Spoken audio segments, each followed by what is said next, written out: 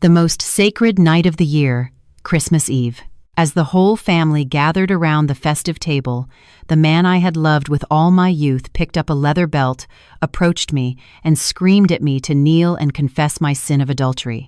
The whistle of the belt through the cold air was like a blade, slicing through all grace and justice. I didn't cry or beg. I simply, silently, pulled out a USB flash drive and plugged it into the large TV in the living room.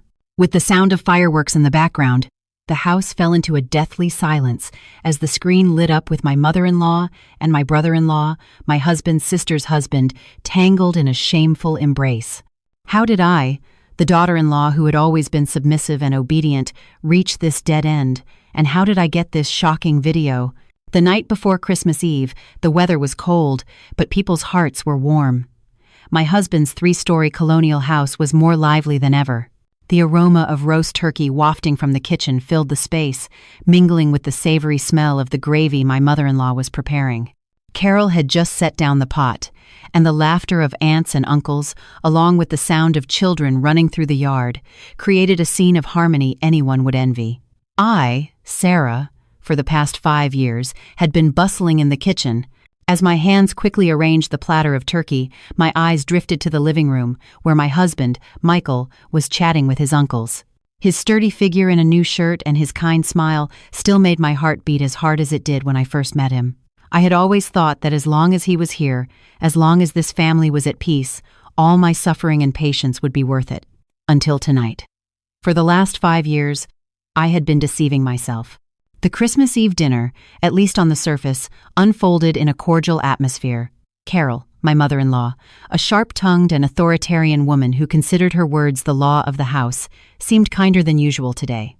She served me a piece of turkey and said to everyone, "Our Sarah is so good and hard-working. Since she became my daughter-in-law, you have no idea how much work she's taken off my shoulders." I could only lower my head and smile. A programmed smile, perfected after years of learning to please others. I knew it was just an empty compliment. Barely a week ago, she had harshly berated me in public at the grocery store for buying vegetables that were slightly wilted, calling me blind and useless, a disgrace to the family name. My husband's sister, Laura, was a beautiful woman, but with a perpetually melancholic expression. Beside her was her husband, Mark, an extroverted and eloquent man who always knew how to please my mother-in-law. He was the ideal son-in-law Carol always praised in comparison to Michael, whom she considered too soft and unambitious. Everything would have continued to flow within that false peace, if not for the sound of a text notification on my phone. I had left it on the table while washing dishes. The message was from my boss, Mr. Henderson, an older superior who always helped me professionally. It was a normal, polite Christmas greeting. "Sarah, wishing you and your family a Merry Christmas and all the best." A completely harmless message. But that message was seen by Michael, and it became the spark that lit the fuse of a tragedy that had been smoldering in secret for a long time. Michael picked up my phone, and his face hardened. The kind smile from before vanished, replaced by a cold, strange expression I had never seen. Without asking me a word, he walked silently to the living room, where everyone was watching a Christmas special. Just as the clock struck midnight, on the sacred Christmas midnight, when everyone stood up to toast, Michael spoke suddenly. His voice broke the solemnity of the room. "One moment. Everyone. I have something to say." Everyone looked at him, perplexed. Michael walked to the center of the living room and held up my phone. "Sarah, come here for a moment." A bad feeling made my heart race. As soon as I stepped forward, before I could ask what was wrong, he threw the phone on the coffee table. "Explain yourself. Who is this bastard texting you at this hour? You've been cheating on me behind my back." The whole house froze, and I was speechless. His accusation was like a bucket of ice water in the middle of winter. I stammered, "What are you talking about? It's my boss. He just sent me a Christmas greeting." But my explanation was too weak against his already ignited rage. Carol immediately stepped in. Her gaze was as sharp as a knife, and her voice was cutting, as if she had found the perfect opportunity to humiliate me. "What kind of boss sends a message to another man's wife on Christmas Eve? I knew from your face you couldn't be trusted. You're the kind of woman who, even when married, goes around with other men." My sister-in-law, Laura, added with a voice full of sarcasm, "Mother, don't be surprised. She's pretty. It's normal for her to have men chasing her. Poor my brother Michael. I felt the world spin. Why? Why could they accuse me so brazenly? I looked at Michael with pleading eyes. Honey, you know me. I'm not like that. But Michael didn't look at me. He turned his head and stared at a wall. And then he did something I will never forget. He walked to a corner of the room. There hung an old leather belt that, according to family lore, his grandfather had left behind to discipline his descendants. He took it down. The sound of the creaking leather was chillingly dry. "Kneel," he said through clenched teeth. His eyes were bloodshot. "Kneel before our ancestors, before the whole family, and confess your sin. Tell me, how many times have you slept with him?" I took a step back in horror. My whole body trembled. No, this is not my husband. This man in front of me is not Michael. He is not the man who promised to protect me for life. He is a demon. I shook my head, and tears began to well up. "I've done nothing wrong. Please, don't do this." "Still making excuses?" Michael shouted. He brandished the belt, and the whistle of the air tore at my ears. No one in the family intervened. My mother-in-law stood with her arms crossed, a satisfied smile on her face. The relatives were scared, curious, or had simply made me the star of their macabre theater. Just before the belt fell, at the moment I thought I would die, beaten and humiliated on this Christmas night, all the love, all the patience, all the faint hope of the last 5 years shattered into dust. My heart no longer hurt. It had grown so cold, it had turned into a sharp piece of ice. I was no longer the lamb awaiting slaughter. No. Tonight, I was going to show them that when you corner a sheep, it can also become a wolf. I no longer retreated. I stood tall and looked Michael directly in the eyes. My hand slowly slipped into my coat pocket. There, I hid something far more fearsome than his belt. A small USB drive containing a truth capable of burning down this family's entire false honor. And as I walked toward the television, I knew it was I who was about to turn this game around. If this story has piqued your empathy and curiosity, don't forget to like it. And when the first image appeared on the screen, I knew this Christmas night would not only be about fireworks, but also the night a respectable family would crumble in disgrace. What happened in the following minutes? Everyone in the room held their breath with each of my steps. The belt in Michael's hand stopped midair, frozen like an ugly statue, a symbol of violence and cruelty. All eyes, previously filled with surprise, contempt, and morbid pleasure, were now focused on me. A small figure swimming against the current of a flood that threatened to swallow me. Perhaps they thought I had gone mad. A woman accused of adultery by her husband on Christmas Eve, surrounded by the entire family, instead of kneeling, crying, and begging, was calmly walking towards the television. Carol twisted her lips slightly. A disdainful smile was clearly drawn on her well-made-up face. "What new trick are you going to pull now? Who is this show for? Or are you going to play a sad song to beg for pity?" Her mocking voice broke the tense silence and echoed in the room. My brother-in-law, Mark, always pretending to be the model son-in-law, also let out a hypocritical sigh. "Sister-in-law, if you've done something wrong, just admit it. The most important thing for a woman is to protect the honor of her husband's family. If you make this a bigger deal, you'll only hurt yourself." His words, seemingly sincere advice, were actually another blade rubbing salt in my wound, implicitly confirming that I was the guilty one and should endure this humiliation in silence. I didn't answer.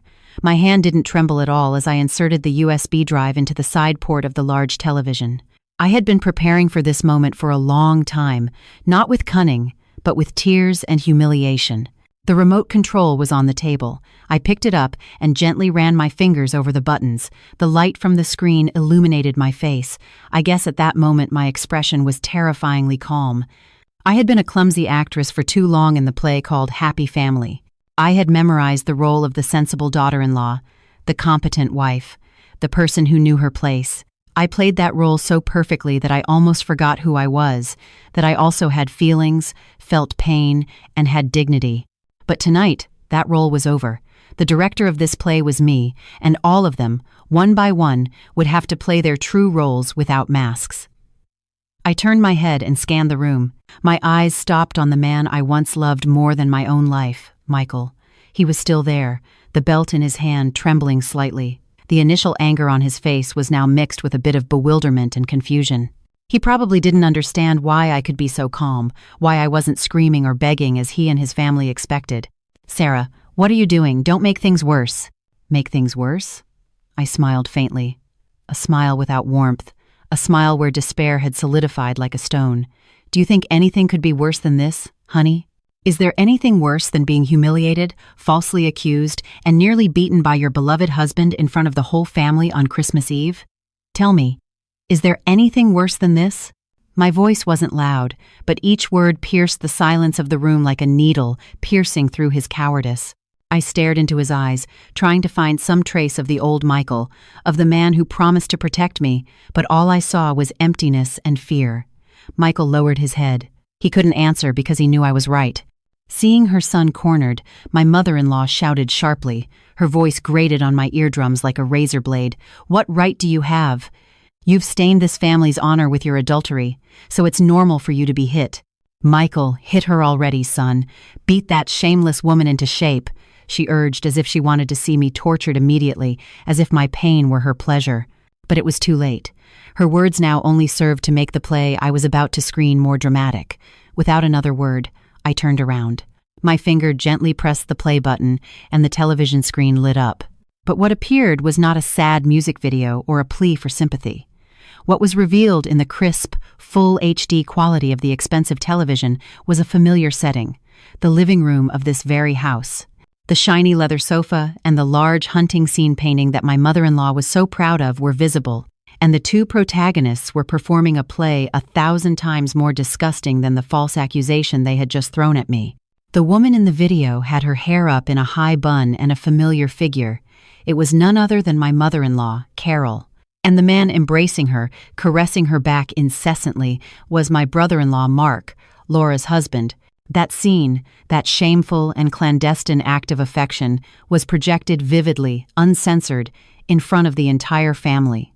The sound of people breathing seemed to stop. The noise of the fireworks outside suddenly felt awkward and distant. The whole world seemed to shrink to a deathly silence, and the raw, ugly images dancing on the large screen. The belt fell from Michael's hand to the floor. A dry, pitiful sound, a thwack that sounded as if the honor of an entire family was shattering. A whole respectable family was forced to witness an unbelievable truth. But how did I get this terrifying video? And what was the reaction of each family member when their true faces were unmasked on Christmas night? It was as if all the air had been sucked out of the room. Time seemed to have stopped the instant those repulsive images appeared, revealing a raw and sick truth that no one could have imagined. The murmurs ceased, the children's laughter died down. Only a heavy, sticky silence enveloped everyone. The complexion of every face turned from astonishment and confusion to absolute disgust. The uncles and aunts, who had always prided themselves on the family's morality, now sat with their mouths agape, their eyes fixed on the screen as if they couldn't believe what they were seeing. Carol, my mother-in-law, who just minutes before had been arrogantly preaching morality and screaming for me to be beaten, was now frozen in place. Her eyes were fixed on her own image on the TV, her face as white as paper. Not even her elaborate makeup could hide the panic and humiliation that washed over her. Her lips moved, but not a single word came out. She staggered and barely managed to grab the arm of the sofa to stay upright. Her whole body trembled like a leaf. Beside her, my brother-in-law Mark, the man who always behaved so refined and courteous, was not much better. His face was ashen, and cold sweat beaded on his forehead. He stammered in a pathetic, trembling voice, This is fake. It's photoshopped." But his words were powerless against the vivid and realistic images unfolding before their eyes. Anyone could see it wasn't fake. It was the truth. A raw, disgusting truth.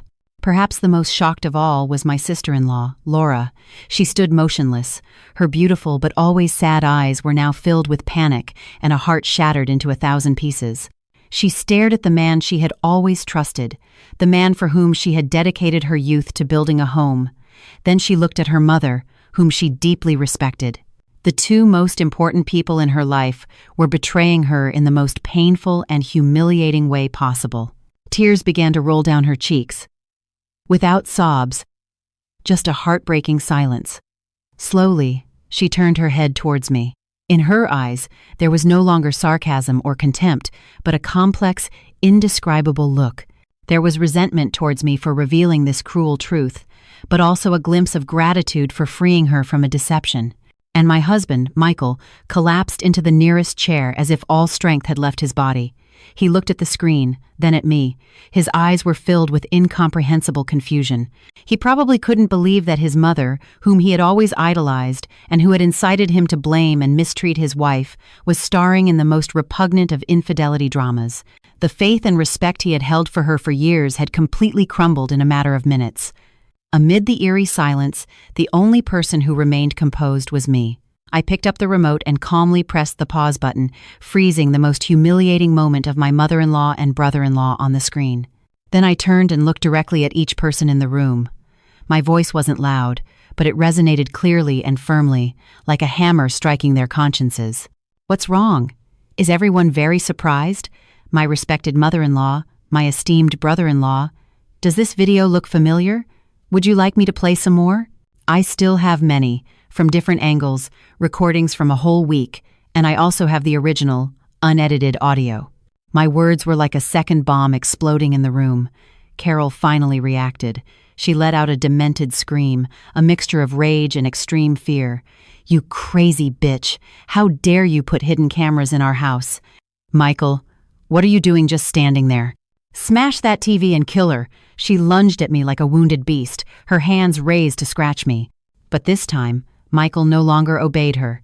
He sat there, motionless, his gaze lost in the void.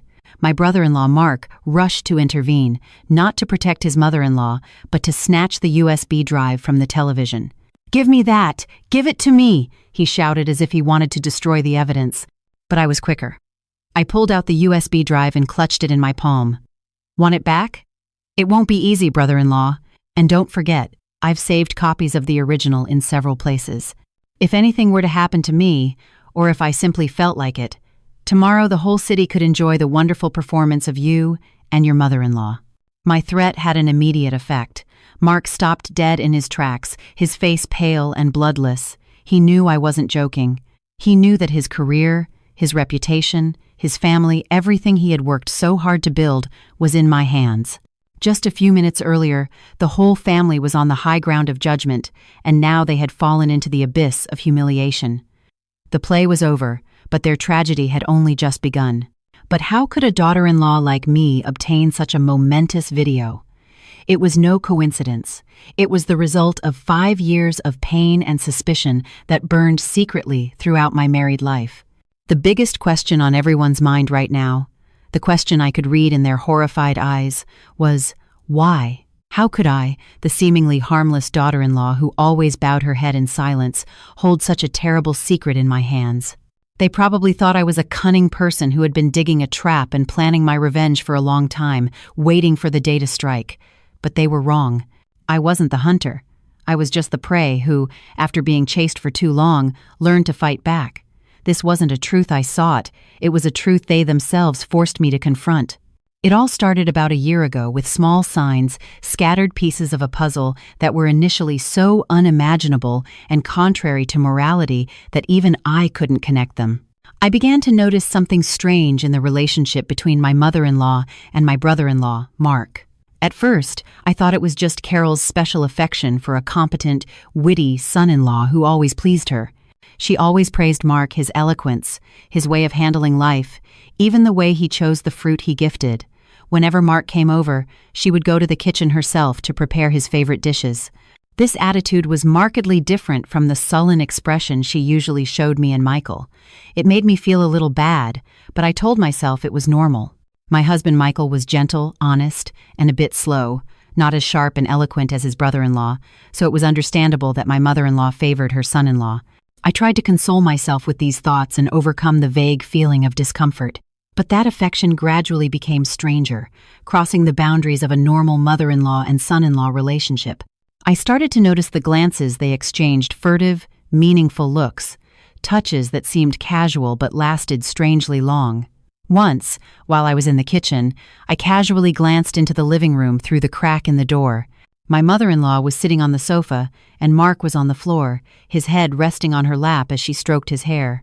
It was a very intimate scene, far from a normal relationship between a mother-in-law and son-in-law. I felt something was wrong. My throat went dry, but once again, I blamed myself for being too sensitive and overthinking. Maybe some families expressed affection so closely. I struggled to find reasons to defend them and reassure myself. My suspicions were truly confirmed when my sister-in-law Laura went on a business trip to Chicago for a week. During that week, Mark came to our house for dinner almost every day. The excuse was that he felt lonely at home and enjoyed eating with his mother-in-law. My mother-in-law couldn't hide her joy. She cooked banquets and cared for him more attentively than her own son. Every night, they would talk in the living room until very late. Their laughter reached my bedroom. One night, I went down to the kitchen for water. It was midnight, and I froze when I saw that the door to my mother-in-law's room was slightly ajar, and inside, I glimpsed the shadows of two people. At that moment, I felt my heart stop. I ran back to my room, my mind filled with horror and disgust. I should tell Michael, but I knew he would never believe me. He would think I was making up stories out of jealousy to hurt his mother. He would say again that I was overthinking, that I was too sensitive. The climax of my suspicions came on my mother-in-law's birthday. Michael and I got her an expensive silk scarf as a gift, but when we gave it to her, she accepted it with indifference, thanked us perfunctorily, and set it aside. When it was Mark's turn, he gave her a jade bracelet. Carol was so happy she hugged him, put the bracelet on her wrist, and caressed it all night. That night, after all the guests had left, I happened to pass by my mother-in-law's room. The door wasn't completely closed. I heard her talking on the phone with someone. Her voice was incredibly flirtatious and sweet. "Thank you for the gift. I love it. I wish you were here tonight." I was paralyzed. That voice was clearly that of someone talking to a man. But who was that man? It couldn't be. A terrible thought crossed my mind, and I got goosebumps. From that moment, I knew I couldn't remain silent. I wasn't doing it for revenge. I needed the truth, an explanation for everything that was happening in that house. I needed a talisman to protect myself from these hypocritical and dangerous people. And that's when the idea of installing a hidden camera in the living room began to germinate in my mind. It was a risky decision, but I knew it was the only way to unmask their true faces. Deciding to install the hidden camera wasn't easy. My mind was a whirlwind of emotions. There was the fear of what would happen if I were discovered. They certainly wouldn't leave me alone.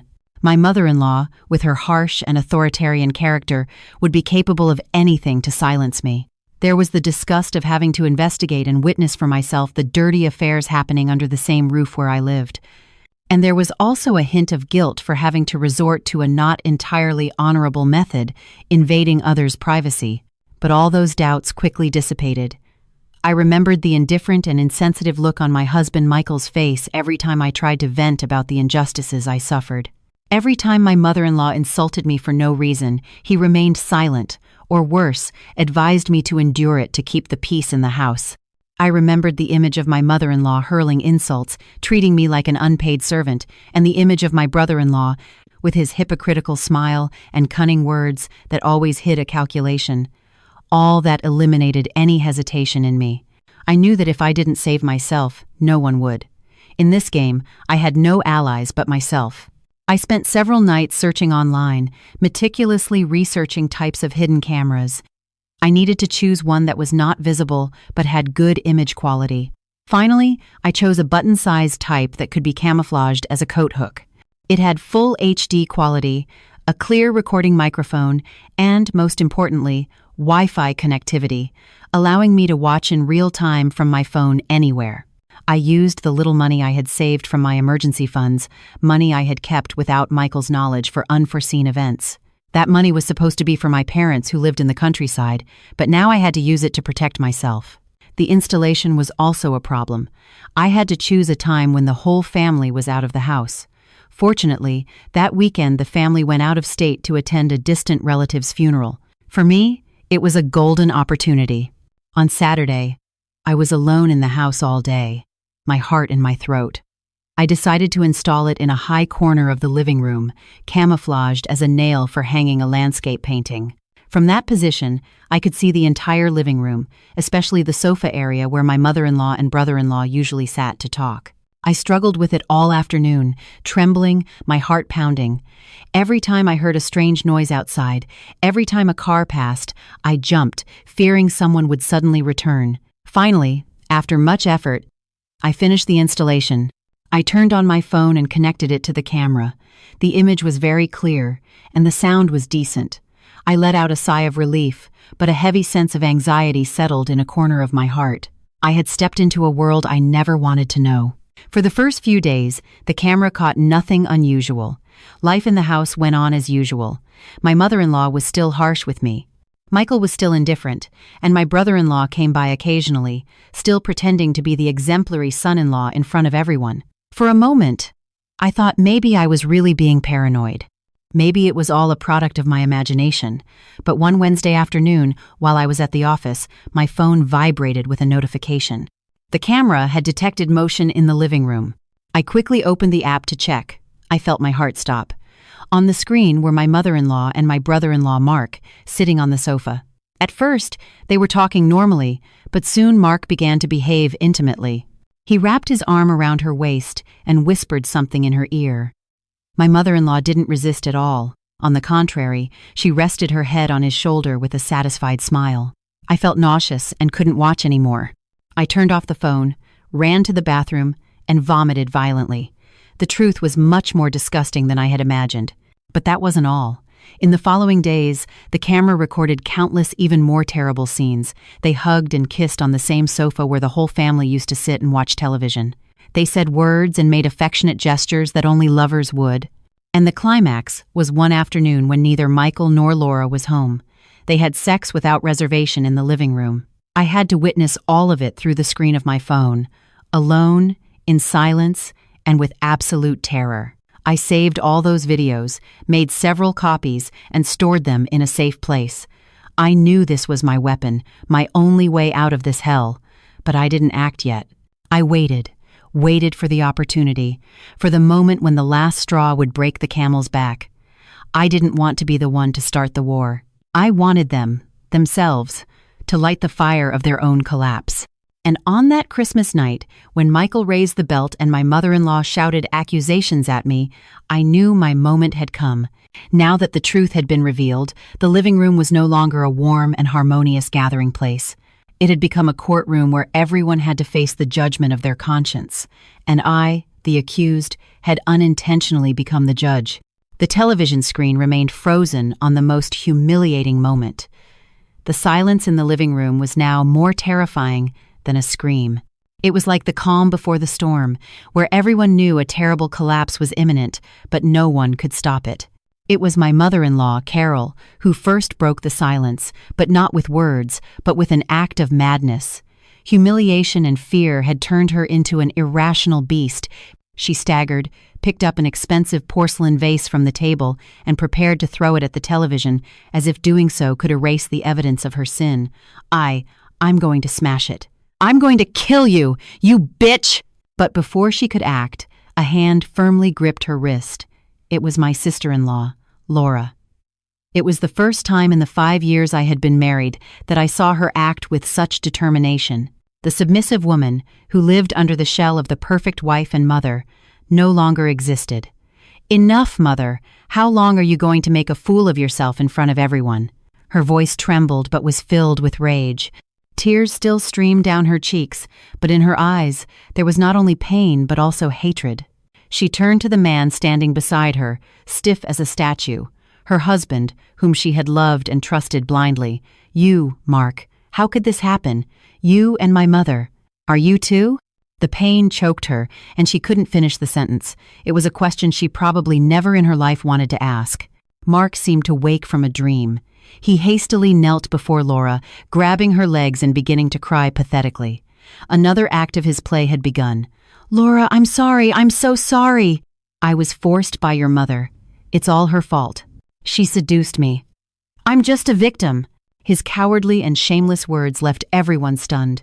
Not even I, who knew him as a refined and courteous man, could have imagined he was capable of saying something so vile. To save himself, he was willing to blame his mother-in-law and lover entirely, trying to present himself as a poor victim, a weak man who couldn't resist the seduction of an older woman. Hearing this, Carol began to laugh like a madwoman. Her demented and pitiful laughter echoed in the room. A victim? You? A victim? Damn you! It was you, again and again, who came to me, seducing me with your sweet words. It was you who said your wife was always depressing and boring, that you only felt like a real man when you were with me, and now you try to blame me for everything? She shrieked, pointing directly at Mark's face. The fight between the two sinners turned the living room into a marketplace. They insulted each other, humiliated each other, and revealed the dirtiest secrets in front of all the relatives. It turned out their relationship wasn't a simple affair. There were also promises and calculations involved. Mark had used his mother-in-law to get favors at work, and Carol had found in her son-in-law the satisfaction her late husband never gave her. The incestuous drama had now become a farce of mutual accusations. Amid the chaos, my husband Michael finally reacted. He stood up and walked towards his mother, but he said nothing. He just looked at her with a strange, empty gaze, the look of a son who had completely lost faith in the mother he once idolized. Then he turned to me. His look was complex, a mixture of shame, regret, and something that looked like a plea. He opened his mouth. His voice was hoarse. "Sarah." But I didn't let him finish. I was too tired of late apologies and hypocritical regrets. I cut him off coldly. "What are you going to say? Ask for my forgiveness? Or say you didn't know anything? Michael, don't fool yourself. You're her son. You lived in this house. Did you really not notice anything strange? Or maybe you knew, but you chose silence, because you're a coward with no courage to face the truth." My words were like the last blade in his bleeding heart. Michael staggered, unable to say anything more. He realized I had seen everything. His silence, his indifference, were not carelessness, they were complicity. The fight continued with more fury. The relatives, who were previously spectators, now began to murmur, "My God, I can't believe it. What a scandal.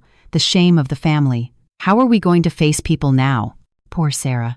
How much she must have suffered these 5 years. The pendulum of public opinion had swung completely to my side. They no longer looked at me with contempt, but with compassion, and even a little respect. I was no longer alone. The family court was coming to an end, but the judgment of society was just beginning, and in this storm, there would be people who would pay a very high price for the sins they had committed. The heated argument between my mother-in-law and brother-in-law only stopped when the great-uncle, the oldest and most authoritative relative, couldn't take it anymore and slammed his fist on the table. "Enough, all of you, be quiet!" Turning the house into this pigsty on Christmas Eve, in front of the memory of our ancestors. What a disgrace.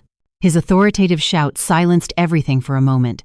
Carol and Mark stopped insulting each other but still glared with eyes that shot sparks. The hatred for the one who had betrayed them was now greater than the humiliation. The room fell back into a suffocating silence, broken only by agitated breathing and Laura's sobs.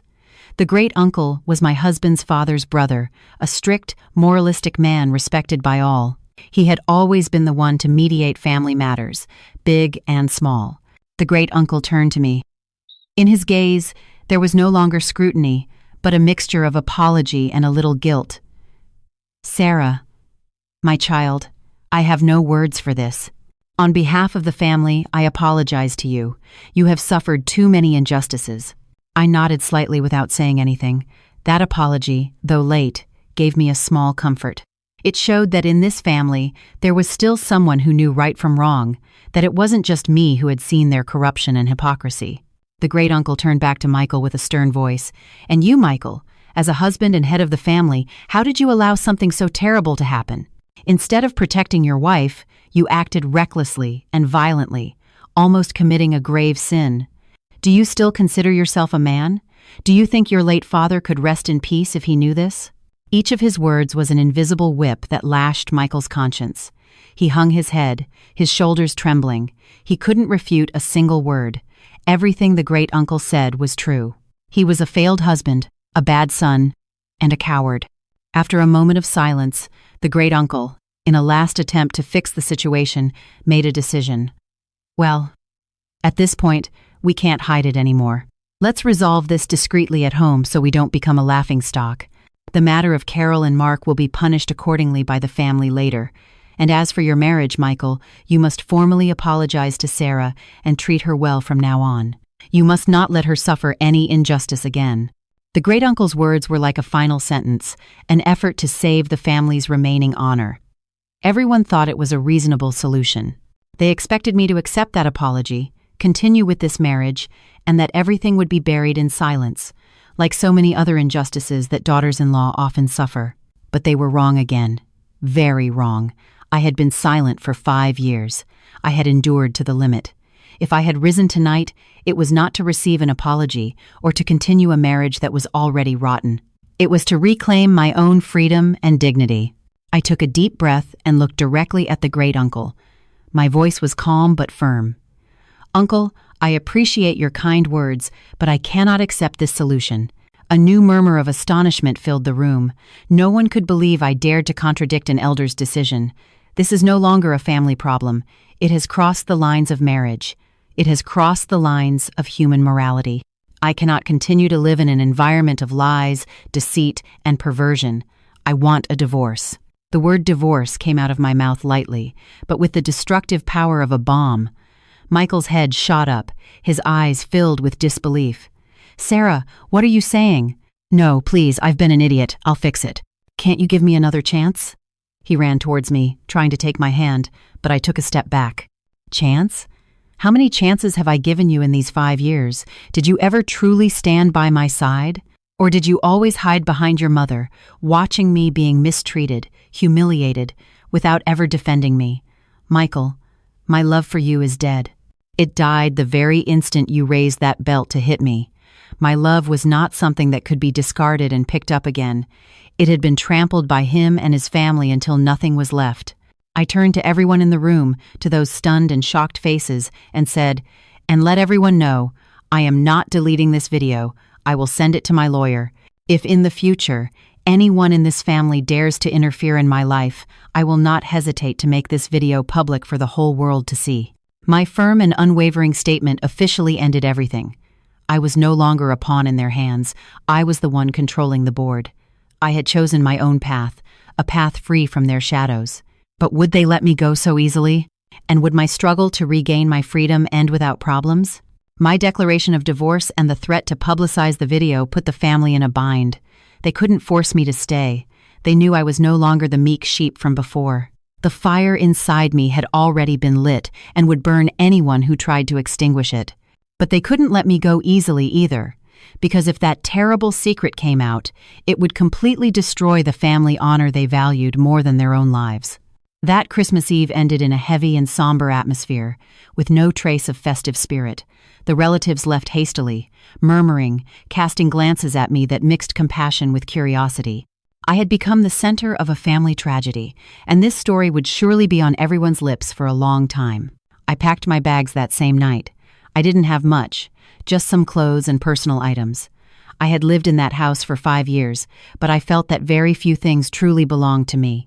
Everything in the house, from the furniture to the small ornaments, had been bought by my mother-in-law, and she always made sure to remind me of it to assert her power. As I was leaving through the door, dragging my suitcase, Michael blocked my path.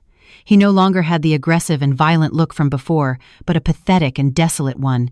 His eyes were red and swollen. "Sarah, don't go. I know I have no right to stop you, but at least give me some time. Can't we talk again?" I looked at him with eyes empty of emotion. My heart was completely frozen. "There's nothing more to talk about, Michael. Everything is very clear. Move." But Michael didn't move. He knelt, clung to my legs, and cried like a child. "Please, Sarah, I can't live without you.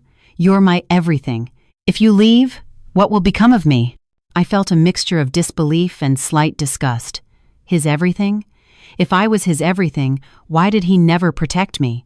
If I was his everything, why did he want to hit me with a belt over a simple greeting message?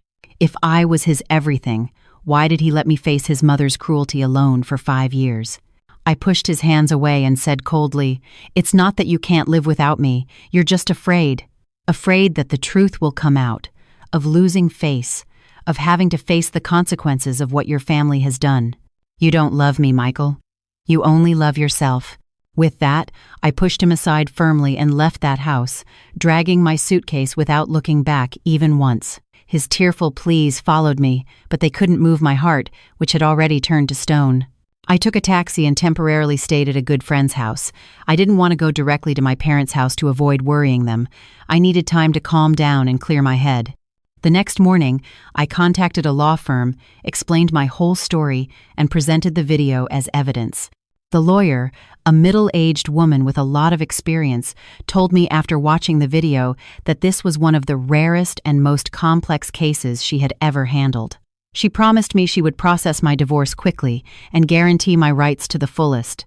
Meanwhile, another war was raging in my in-laws' house. According to a neighbor friend, after my departure, my mother-in-law and brother-in-law continued to blame each other. My sister-in-law, Laura, after crying all night until she had no tears left, decided to separate. She packed her bags, took her young son, and moved in with a friend, unwilling to live under the same roof as an unfaithful husband and a depraved mother. My brother-in-law, Mark, abandoned by his wife and disowned by his in-laws, became a mess. He lived drunk every day, with no will to work. And Carol, after losing the trust of her daughter-in-law, her son-in-law, and her own daughter, completely collapsed. She no longer dared to leave the house, lacking the courage to face the neighbors' gossip. She locked herself in her room all day, crying and lamenting. The imposing 3-story house had become a cold and gloomy, lifeless place. My ex-husband Michael had to bear it all. He had to care for his shattered mother, face my divorce lawsuit, and endure the contempt of relatives and neighbors. He called and sent me messages several times, begging me to come back, but I didn't answer any of them. I blocked his number. I didn't want to hear any more lies. They were paying for their sins. But was that all? A family built on hypocrisy and lies, once it begins to crumble, cannot be stopped. During the following days, I lived in the tranquility I had longed for. I read books, listened to music, and walked in the park. I learned to take care of myself, to love myself. I realized that for the past 5 years, I had lived too much for others, sacrificing myself in the name of a family that was really just a gilded cage that imprisoned me with prejudices and absurd rules. Now, outside that cage, I felt what true freedom was, what it was to breathe the pure air of life. My divorce was settled quite easily. With irrefutable evidence, especially the video, my former in-laws didn't dare to cause trouble. They were afraid I would carry out my threat and make everything public. The court, after reviewing the documents, issued a judgment quickly. I got the right to divorce and to receive half of the marital assets, which included savings and some other assets. Additionally, Michael had to pay me alimony to help me stabilize my life after the divorce. The judgment was completely fair and reasonable. Michael did not appeal. He probably knew that any plea was useless. On the day in court, we didn't look at each other. Our marriage ended like that, abruptly and coldly, without goodbyes, without regrets. After the divorce, I decided to start a new life with the money I was awarded. I didn't want to go back to my hometown and be a burden on my parents. I wanted to stand on my own 2 feet, to rebuild my life. I rented a small, pretty apartment in the city and decorated it myself to my taste with bright, warm colors. I found a new job in a communications company, something I really liked and where I could develop my skills. My life began to stabilize gradually. I made new friends, established new relationships. I was no longer the submissive and patient Sarah of the past. I was an independent, self-sufficient, and happy woman. I learned to smile again, a sincere smile that came from the heart. Meanwhile, the tragedy of my former in-laws had not ended. The incestuous scandal, despite attempts to hide it, finally came to light. You can't hide a needle in a haystack. The relatives who were present that Christmas night, despite being asked for discretion, couldn't keep such a shocking story secret. They told one person, and that person told another. Soon, the whole neighborhood and then the whole city found out. The family honor they valued so much was completely destroyed. My ex-brother-in-law, Mark, after a period of living drunk and dissolute, was fired from his company. No company wanted to hire someone with such a scandal. Having lost his job, his family, and his honor, he couldn't bear the blow. He took refuge in alcohol until one night, driving drunk, he had an accident and hit a pedestrian. That accident sent him to prison and thus ended the life of a man who was once considered successful and exemplary. My ex-sister-in-law Laura had a rather difficult life after the separation. She had to raise her son alone, fighting against the world's prejudices. But perhaps for her, it was a liberation. She no longer had to live under the hypocritical oppression of her family. She found a job at an online store that, although hard, was enough to live on. Sometimes she would message me to see how I was doing. In those messages, there was no longer the sarcasm or contempt of before, but empathy and a little gratitude. She said that I had helped her realize the true face of the people she trusted. And Carol, after so many traumas, fell into a severe depression. She lost her sharp mind of before. She always muttered to herself and said nonsensical things. Michael had to admit her to a psychiatric hospital for treatment. The imposing 3-story house became a desolate and cold place. Michael lived there alone, in solitude. He had to sell part of the house to pay for his mother's treatment and the compensation to the victim of his ex-brother-in-law's accident. His life became a succession of bleak days with no way out. Each one received the end they deserved for their actions. But the story was not over yet. There was still one person, the one who caused me the greatest pain, who had not yet received his final judgment. I mean, my ex-husband, Michael. Although he had to bear the loneliness, remorse, and the weight of a broken family, I felt that it wasn't enough punishment for what he had done to me. He was not the mastermind of the perverse plot, but his cowardice and indifference were the fertile ground that allowed all that evil to grow. If from the beginning he had protected me, if he had listened to me, if he had trusted me, the tragedy might not have happened. He could have stopped the inappropriate relationship between his mother and his brother-in-law. He could have given me a real home, but he didn't. He chose silence, indifference, and sacrificing me for his false peace. I no longer hated him. When love dies, hatred loses its meaning. Dwelling on hatred would only exhaust my soul. But I wanted him to truly understand the pain I had gone through. I wanted him to taste what it feels like when the whole world turns its back on you, when the person you love most betrays you. I wanted him to face his own cowardly nature and feel remorse for an unforgivable mistake. And I knew there was a way to do it. Not with violence or a loud revenge, but with a deep and painful psychological blow.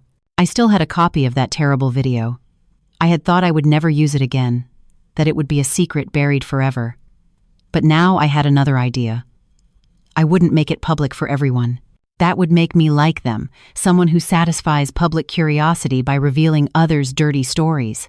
I would send it to only one person, a person I knew could deal a mortal blow to Michael, a blow more painful than losing face, money, or being despised by the world. That person was Michael's father, Mr. Clark, who had passed away 10 years ago. It sounds crazy. How can you send something to a dead person? But I knew there was a way to get that video to him, a way to make his voice, his teachings, resonate again in Michael's mind. My father-in-law in life was a very strict and patriarchal man. He was a retired school principal and always considered family honor and human morality as the most important things. He taught Michael a lot about the duties of a husband, about the responsibility of a man, and I knew he had a close friend, a friend with whom he shared all his secrets. It was Mr. Peterson, a neighbor of my former in-laws, also a teacher, who had moved away after my father-in-law's death. They were kindred spirits who drank tea together, played chess, and discussed world affairs. It took me a while to contact Mr. Peterson. Finally, through an old acquaintance, I got his phone number. I called him and introduced myself as Mr. Clark's former daughter-in-law. I told him the whole story without hiding any details. At first, Mr. Peterson didn't believe me. He couldn't believe something so terrible could have happened in the family of his friend, whom he deeply respected. He still vividly remembered the image of Carol as a sensible wife and Michael as a good and docile son. But when I sent him the video to watch, he was speechless. His eyes turned red and his hands trembled. He said, "If my friend were alive, he surely wouldn't have withstood this blow. He surely would have cut ties with both his wife and his son. He would have considered it the greatest dishonor of his life." I asked Mr. Peterson for a favor. I asked him to send this video to Michael, but not by email or text message. I wanted him to show it to him in person on the anniversary of my father-in-law's death. I wanted Michael, on the day he honored the memory of his deceased father, to face the most humiliating truth of his family. I wanted him to feel remorse before his father's altar for what he had done and for what he had allowed to happen. I wanted his father's teachings, whom he had always respected, to become the sentence that judged him. It was a cruel revenge, but I didn't regret it because I knew it was the only way to awaken a man who had been asleep for too long in cowardice and indifference. The anniversary of my ex-father-in-law's death was a late autumn day, cold with a persistent drizzle. The gloomy and sad atmosphere seemed to empathize with the tragedy of that family. I didn't go. My relationship with that family was completely over, but a small ripple still stirred in my heart. I wondered if my plan would work as expected, if this final blow would really reach the deepest part of Michael's soul. That night, as I sat alone in my cozy apartment drinking a cup of hot tea, the phone rang. It was an unknown number. I hesitated for a moment but answered. On the other end of the line, I heard the calm and sad voice of Mr. Peterson, mixed with weariness. "Miss, I have done what you asked." He told me what had happened that day. Michael had set up a modest altar in the empty, cold house. Only a few close relatives, who still felt some affection for the family, attended. Carol was still in the hospital and couldn't attend, and Laura didn't go either. The atmosphere of the commemoration was very gloomy and heavy, completely different from previous years when the family was still considered respectable. After everyone had paid their respects, Mr. Peterson called Michael aside in the garden. He didn't say many words, just handed him a tablet and played the video. He told him he wanted him to see something that Michael, and probably his father, would want to see. At first, Michael was bewildered, not understanding what was happening. He probably thought it was old photos of his father, but when the first image appeared, his face changed color. He froze in horror, his gaze fixed on the screen. He watched the video repeatedly, as if he couldn't believe his eyes. His whole body trembled, not with anger, but with pain and humiliation. Then he looked at Mr. Peterson. His eyes were full of desperation. "How do you have this?" Mr. Peterson replied calmly, his voice heavy with age. "Sarah sent it to me. She said she wanted you, before the spirit of your father, to see for yourself what this family has become. She wanted you to ask yourself how your father would have felt if he were alive." Mr. Peterson's words were like the final dagger that pierced Michael's shattered heart. The image of his father, strict but who loved him deeply. His father's teachings on human morality, on family honor, all resurfaced in his mind.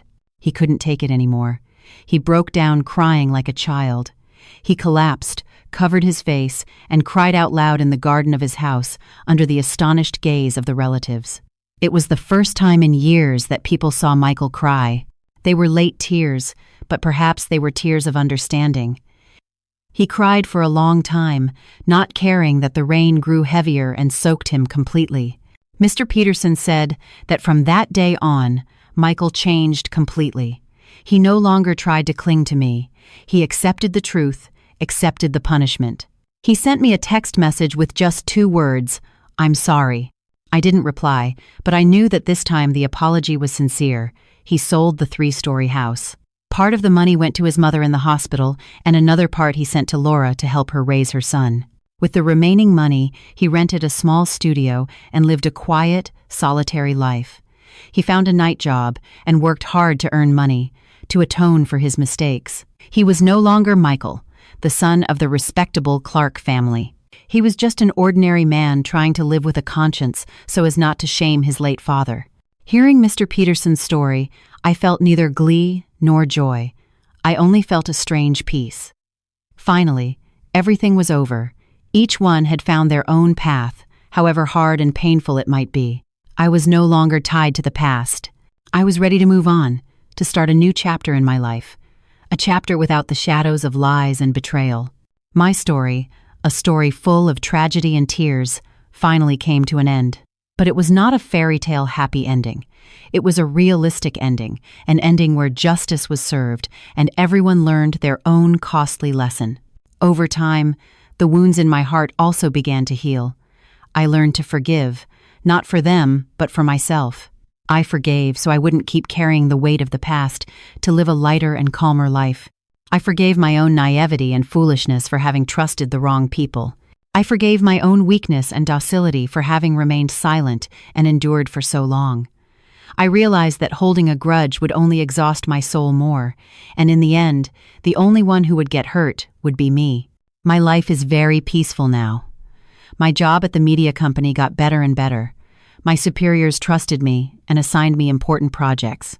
My colleagues appreciated and respected me for my ability and sincerity. With my own efforts, I bought an apartment, a real home for myself. There, I could be myself freely, without anyone's gaze or oppression. I also started to open my heart more. I no longer feared love or lost faith in men. I participated in clubs and social activities. I took yoga classes to improve my health and flexibility.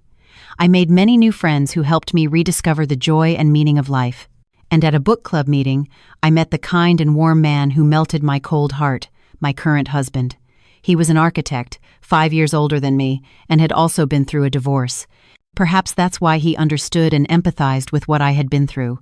He didn't care about my past. He was only interested in the person I am today. He made me feel what true love and respect are, something I never got in my previous marriage. We decided to be together and build a small, happy home based on trust, respect, and sharing. Sometimes, through friends, I would get news of my former in-laws. Carol, after a long treatment in the psychiatric hospital, was discharged, but she was no longer the sharp and authoritarian woman of before. Her mind came and went, and sometimes she didn't even recognize Michael.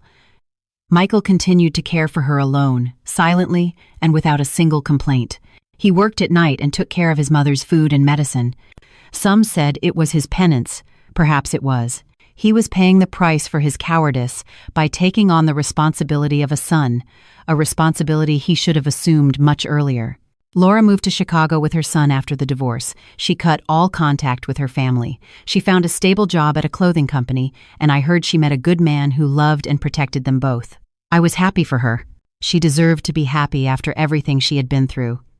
And my ex-brother-in-law, Mark, after getting out of prison, disappeared without a trace. No one knows where he went or what he does. He probably no longer had the face to face the world. A man who once had everything, career, family, honor, finally lost it all because he couldn't overcome his base desires. One weekend afternoon, while my husband and I were shopping at a supermarket for things for our new home, I unexpectedly ran into Michael. He was working as a delivery man for a grocery store, diligently loading boxes of products onto an old scooter. He wore a worn-out uniform, and his face was gaunt and thin.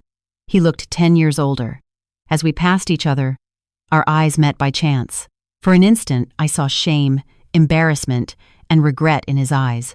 I greeted him with a slight nod of the head, a light greeting, without hatred or resentment, and then I walked away, smiling and on my husband's arm.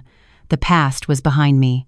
Now, before me was a bright future, a happiness I had had to fight hard to achieve, and I knew I would cherish and protect it with all my strength. The chance encounter at the supermarket was like my final goodbye to the past. It didn't awaken any negative emotions in me like anger or contempt. On the contrary, I felt a sense of lightness. I saw the change in Michael and the price he was paying. He was no longer the violent and patriarchal man of the past, but an ordinary person struggling with life, carrying the weight of his mistakes on his shoulders. And I saw the peace in my own soul. I was no longer his victim. I was a victor. Not because I had taken revenge on them, but because I had overcome everything and found my own happiness. I did not let that dark past ruin my future. My wedding to my current husband was simple but warm, with only the closest family and friends. My parents, after knowing my whole story, no longer opposed my second marriage.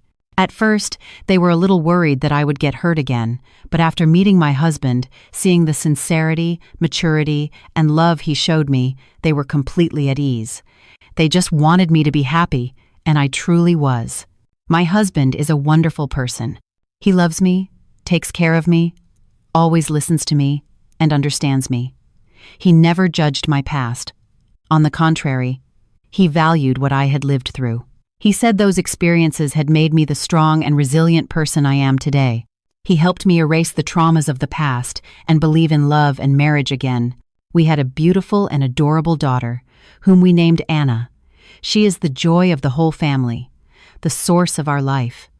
Every time I see her smile, I feel that this world is truly beautiful. I had everything a woman could wish for: a good husband, a good daughter, a stable job, and a peaceful life. I learned to value the simple things: the small moments of happiness in life, a warm family dinner, a walk in the park in the afternoon with my husband and daughter, my daughter's hug before bed. All these things are precious gifts that life has given me. Sometimes in the deep of night, when I look back, I still feel a shiver. I had to go through a lot of pain and many tears. There were moments when I despaired, when I thought I would never get out of that hell. But I don't regret it because it was precisely those trials that made me more mature and stronger. They taught me valuable lessons about life. Never let anyone trample on your dignity and self-esteem. Always stand up to protect yourself and fight for the happiness you deserve. It also taught me that silence is not always golden. Sometimes, silence is precisely complicity with evil. My story may be a sad story, but it is also a story of hope. It shows that after the storm, there is always a calm. No matter the difficulties and trials you face, never lose hope. Believe that at the end of the road, happiness is waiting for you. If you just have the courage to go through the darkness, you will find the light of your life. And remember, you are never alone. There are still many people around you who love you and are willing to help you. And if you too have suffered pain and injustice like me, do not hesitate to share your story. Perhaps your story can be a source of motivation and inspiration for many other people who need it. Life went on like that, in peace. My daughter Anna grew smarter and more adorable every day. She looked a lot like her father, from her appearance to her kind and compassionate character. My husband's and my love also deepened and strengthened with the days. Together we took care of our daughter. Together we built our small home. I had almost forgotten the existence of the people from my past. They had become blurry shadows that no longer had any impact on my life. But life sometimes plays really cruel jokes, making people who seem to have no more connection meet again. One day, while taking my daughter to the pediatrician, I ran into Laura again. She was sitting in the waiting room, her face full of worry and fatigue. Beside her was a boy of about 7 or 8, probably her son. The boy looked tired and pale and was resting his head on his mother's shoulder. I was going to walk past. I didn't want to stir up the past. Although I no longer hated her, I didn't want any more entanglements either. But then Laura saw me. A flash of surprise crossed her eyes, and then she stood up hastily and walked towards me. "Sarah, is that you?"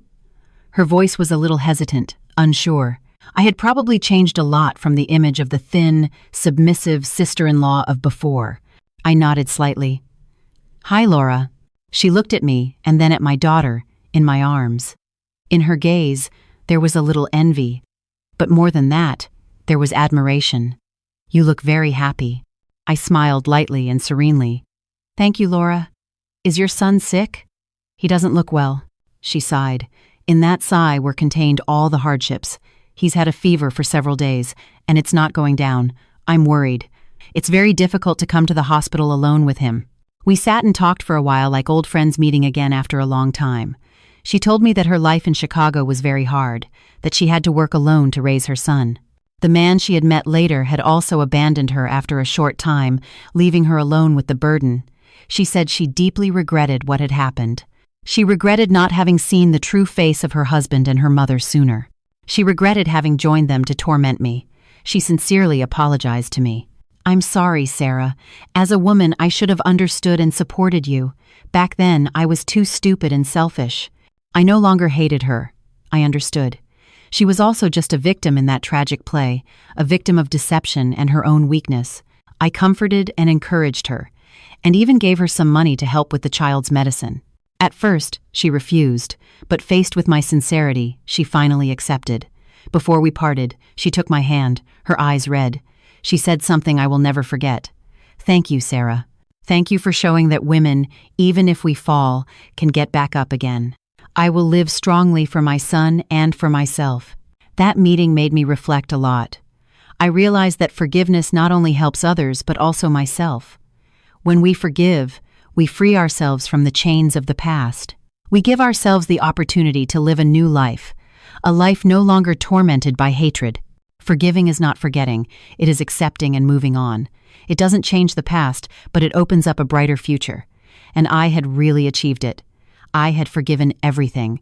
I had let the past rest in peace because I knew that true happiness is not taking revenge on those who have hurt you, but finding peace in your own soul.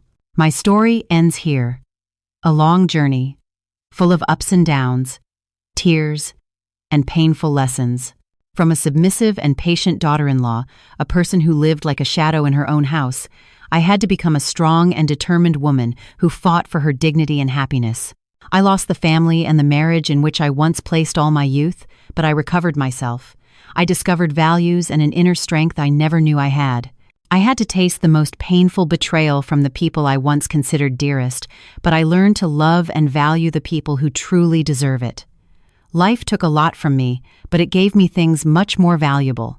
If I tell this story again, it is not to incite hatred or to boast of a victory. I don't want people to gloat over the fall of a family. I retell it because I know that out there are still many women living in situations similar to mine. They endure not only physical violence but also mental violence, insults, and injustice. They live every day in marriages without love or respect, but they dare not speak up. They dare not resist because they are afraid. They feel alone. They are bound by social prejudices and the idea of, for the children, for the family. They think there is no way out. I want to tell them, you are never alone. You are never weak. Strength lies dormant in each of us.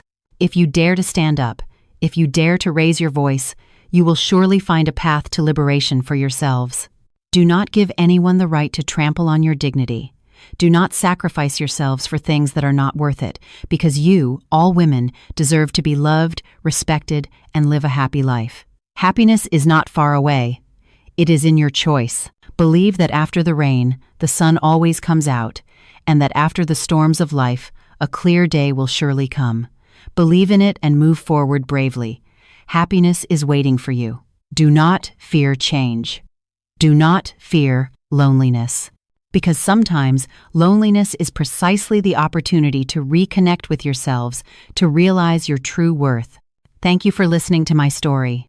If this story has touched your hearts, if it has given you a little courage and faith, please don't hesitate to leave a comment and share, because your empathy is precisely the greatest force that unites us as women to overcome all difficulties and trials of life together. And don't forget, always love and value yourselves because you are unique and deserve the best.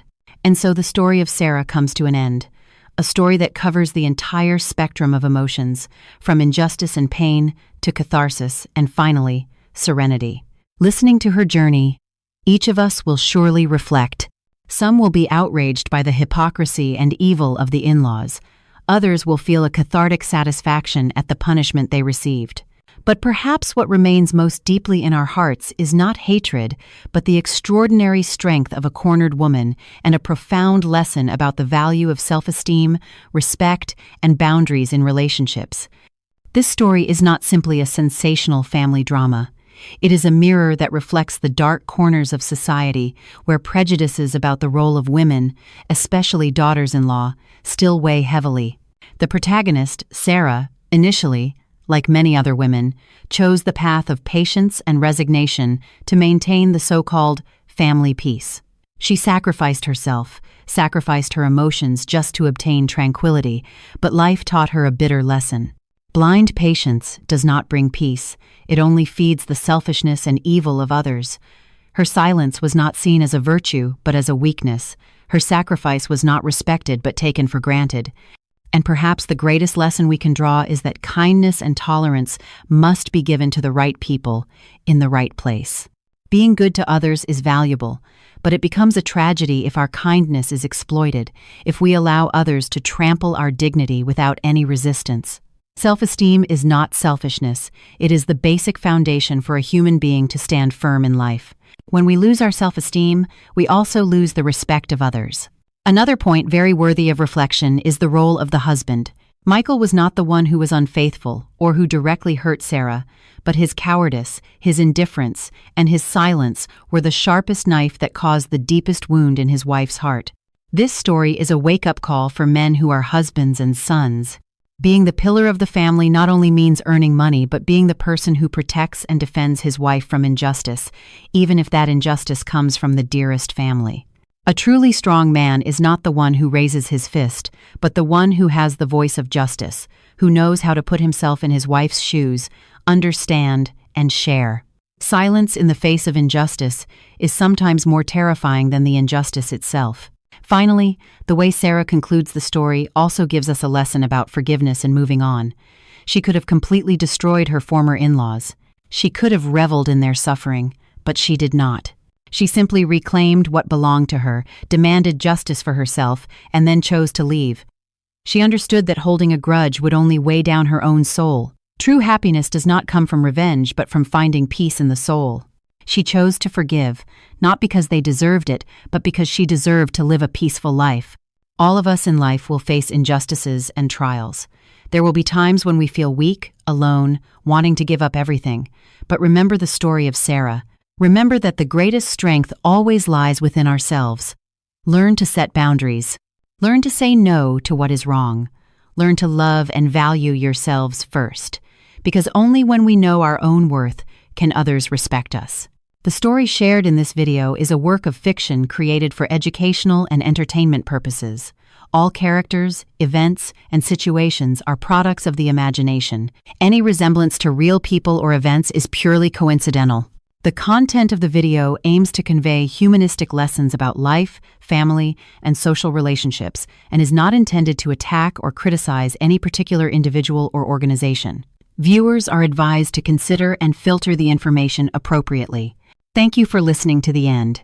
If this story and its lessons have touched your hearts, please press the like button to help spread this meaningful message. What do you think of the story?